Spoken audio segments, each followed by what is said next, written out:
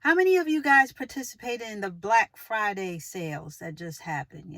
For a lot of us, Thanksgiving over here in the States just happened. And what traditionally occurs afterwards is this big Black Friday sale when everything seems to go on sale and they slash prices and there's a whole bunch of BOGOs and buy one, get one free and two and three and all like this. Well, I went online and looked at a couple of things. I'm not really in a rush to do too much, but I went online, looked at some things that I had my eyes on. So one of the things that I was looking at, the price, it seems okay. I do remember the original price being much, much higher. But I said, let me just wait. I don't really need it, yada, yada. I'll just wait just for a little bit. Well, honey, let me tell you. The very next day, do you know that price went even lower? Now, had I got caught up into the Black Friday frenzy, I would have bought it at the higher price. But me just waiting, just saying, you know what, let me sleep on it just a little bit. Let me close my eyes and just pray about it. Lord, in the name of Jesus, do I even need this thing? Help me, Jesus. Don't let me. I don't want to spend no money on it. Amen. Honey, like I said, that price went even lower. Now, I thought it was a bargain on Friday, but it turned out it wasn't so much of a bargain once I waited an extra day. And sometimes things like that happen, especially in retail. Some places, they hike up the prices in preparation for these big sales. So when they do discount it, it's really at its normal price or maybe just a couple of dollars lower. So you got to watch out for that. That's when a bargain ain't really a bargain. Sometimes it's good to wait. You know what I mean? Sometimes it's good to wait it out and just see what happens and not be in so much of a rush. I remember someone told me that when I took a cruise to the Bahamas. And it was my first time, so I'm seeing all the, I got off the boat and saw all the little crafts and all the little knickknacks and the little doodads and all the little souvenirs that I may want to take back with me. And I saw this little box. I said, ooh, I want this and this and that. And then I saw something else and my eyes got even bigger. And, I'm just up here trying to grab and I remember the guy that was sort of in charge of us, sightseeing, on land. He was in charge of the little bus that took us around the island. When I got back on the bus, because we had more stops to go, he said, because he saw me, in my excitement, he said, don't be in such a rush to spend your money.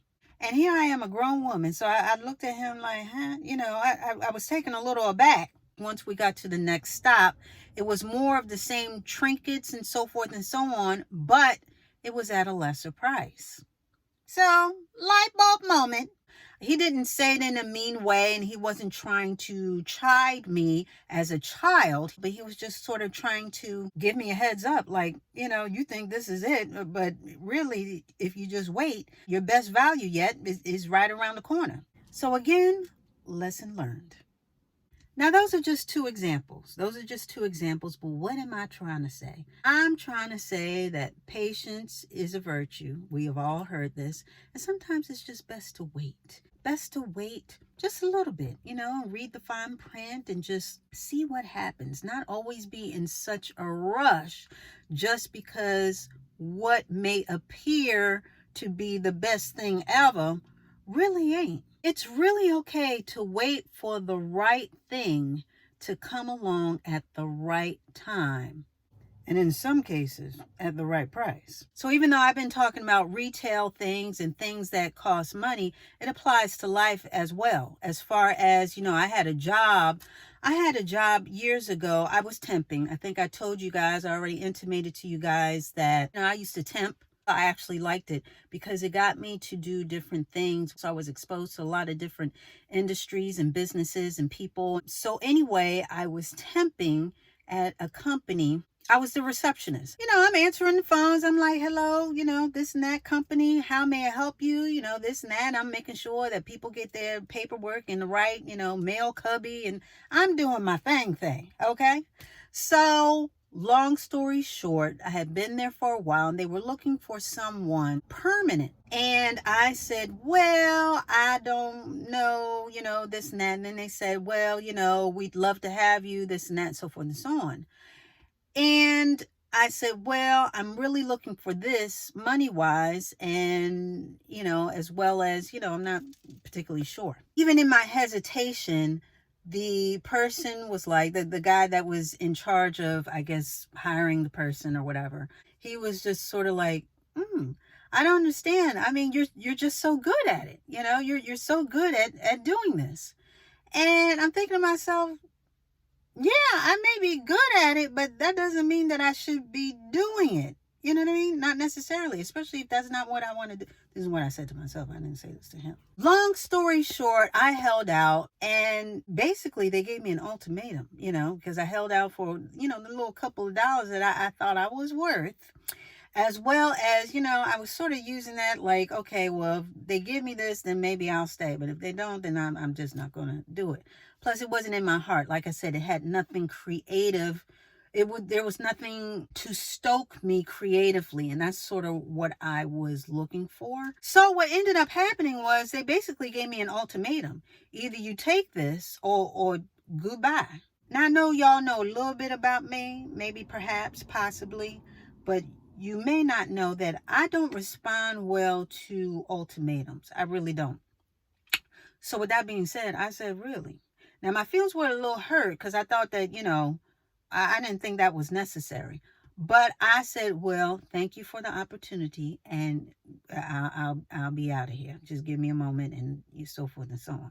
And even though I didn't like the way it happened exactly the way it was supposed to have happened, because I held my ground and I held out for what I wanted. Not only dollar-wise, but also opportunity-wise. It just was not the opportunity that I was looking for. Now, I could have just stayed there and been comfortable. I didn't have to look for a job. It was already handed to me on a platter, basically. All I had to do was sign paperwork to say that I was permanent, to transfer from temporary to permanent. So that would have been a bargain as far as time-wise, as far as effort-wise, and needless to say, they would have gotten me at a bargain because they were not going to give me the couple of dollars that I wanted. So that would have been a bargain for them too. But I'm glad that I held out and I held on to my own, because that particular situation was not going to be a bargain for me. And everything worked out for my good. And that, again, a bargain wasn't such a bargain, because had I held on to that and just said, well, I don't have to, this is a bargain. This is a good deal. I don't have to, walk the streets with my resume. This is long-time employment and this and that, so forth and so on. Had I taken that deal, I would have not been open to the opportunity and available for opportunity that came along later, which was creative based. Okay, the company is creative based. I started temping there, loved it. They loved me, and I'm still working there now. I've become permanent. Okay. So that particular deal, even though it was kind of wrapped up in a bow, it was not the deal for me. That bargain was not a bargain. Not for me. It was not advantageous for me. But at the time, had I worked out of fear, I would have stepped into that and said, well, you know what, ain't nothing else going on, and this seems like a good deal. I held out for what I wanted, for what was true to me and what I wanted, as far as what was going to satisfy me, what lined up with what I needed, not just what I wanted, but also what I needed. And I needed to be stoked creatively, at that particular time. And still, that's just who I am. So it's just funny how things present themselves with different opportunities, with different things, and with even people. When you first meet people, a lot of times they send their representative. You know what I mean? They just do. And everybody knows, even on a date, you want to be the best on a date. The guy takes you out to a nice fancy restaurant. He'll open the door, pull back the chair, this and that, so forth and so on. And you're thinking, man, this is really good. Now, he don't have nothing else that I want, as far as, he don't believe in God. He don't even go to church, honey. And you're seeing all these other red flags and whatever, but you think that because he's doing these couple of things, that this is a bargain. Honey, this is a good deal. This is a really good deal, and I ought to sign up for this. Meanwhile, a couple of weeks later, he's showing his real true self, and he is not worth the price of admission. He just is not. When a bargain ain't a bargain. With just about everything, you have to know what you want. Not only is it good to know what you want, but why you want it. And then I'm going to do you one better. You should know what you prayed for and what you asked for. And we all know that when you pray, you ought to be specific. So if you prayed for something and you're standing on God's promises, why are you falling for the okey-doke and settling and going for the first thing that looks like a good deal? Why are we doing that? Because when you grab onto the mediocre and the okey-doke, that leaves your hands full and unopened for what is really meant for you. Now, I know we touched on this before, but we're going to touch on it again. Bargain ain't a bargain when it's not beneficial to you. Bargain ain't a bargain when you don't even like what the bargain was. Anybody can save a couple of dollars, a couple of quarters, that may feel good in your pockets. But if you know that you want a Mercedes, okay, let's just break it down. You put on the Mercedes prayer. Why are you in the Toyota department or dealership? I know they don't have a department. Why are you in the Toyota dealership about to sign on a dotted line for a Toyota because it's on sale? You didn't want a Toyota. You wanted a Mercedes. Why are you doing that? Oh, because it's on sale and it has this and that and it has da-da-da-da. And the Mercedes that I would want was so much more. So I'm just going to hold on to the Toyota until I get to the Mercedes. Why? You tying up your money and your buying effort into this Toyota when you could have just waited a couple of months or whatever it would have been and gotten you a Mercedes. I have a friend who thinks like that. They sort of go with the bargains until they can get to the real stuff. And I'm like, but why would you spend your resources on the bargains when you can just wait a little longer and spend your resources on the real thing? That way you can get what you actually want instead of getting something, holding on to and say, ooh, I can't wait until I get the real thing. And then when you get it, you don't even like it. You don't even like driving it. And you're looking at everybody else in their Mercedes and say, one day, it's come. You could have had that Mercedes had you just waited just a little bit. I know everybody's situation is different. I'm just giving you an example. But what I'm trying to say is this. Don't always get distracted by the shiny things.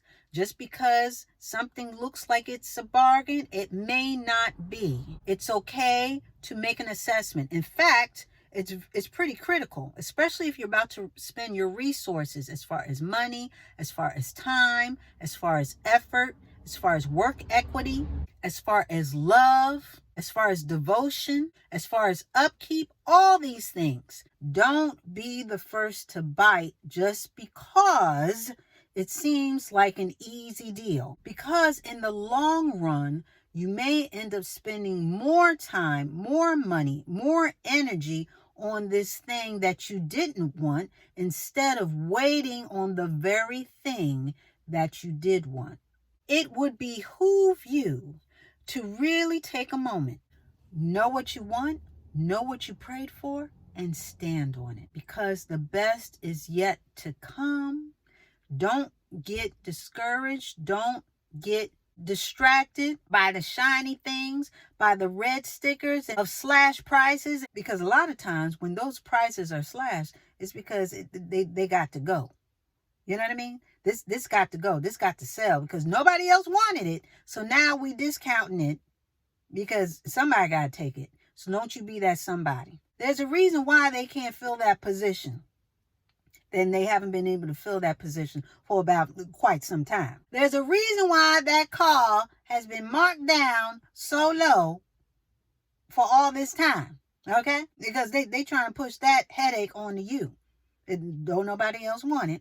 And they just hoping to catch somebody, who just going to go for the bells and whistles, or the supposed bells and whistles. Don't be that person. Don't be that person. When a bargain ain't a bargain, it's got to line up with what you want and line up with what you prayed for, you know what you want. And if you don't know, you need to find out. But it's best to wait, and it's best to be patient. It's okay to take your time. I don't even like to be rushed into some decisions. Some decisions where I just can't, make up my mind. Don't rush me. If it takes an extra minute and I lose out on the then it wasn't a bargain in the first place. That's how I feel. That's just how I feel. Then it wasn't meant. It wasn't meant for me. God's got something else on the way. That's it. Okay. So don't get FOMO waiting on a BOGO. Okay. Come on now. Don't get FOMO waiting on a BOGO. What God has for you is for you. So you ain't going to miss out on nothing, honey. And I mean nothing. So don't go for the okey-doke. When a bargain ain't a bargain, you want discernment. How many of us know people that just buy stuff because it's on sale? They don't even want it, honey, but they are tempted because it used to be $5 and now it's $3. So now they got to get 15 of them. Didn't even want them in the first place. They grab them and it's in the back of their closet, never to be seen again. But they were so tempted by that low price. Don't go for the flim flam. If you don't need it, don't get it, because it's not a bargain if you're going to spend your money and get it and then not even use it. You didn't even want it in the first place. How is that a bargain? It's not. Well, honey, when a bargain ain't a bargain, it just ain't. You got to read the fine print and see what's going on. Do a little research. Sometimes you got to do a little research and see, well, what was it before? What was he like when he was in the other relationship? What was the price of these shoes before they went on sale? And Black Friday said what? So now they're on sale for what? That's not much of a bargain. That was $2. I can wait. I can afford $2. See what's going on. See what's going on. Do your little research, okay? Because sometimes a bargain just ain't a bargain. And with that, we are going to put a button on it.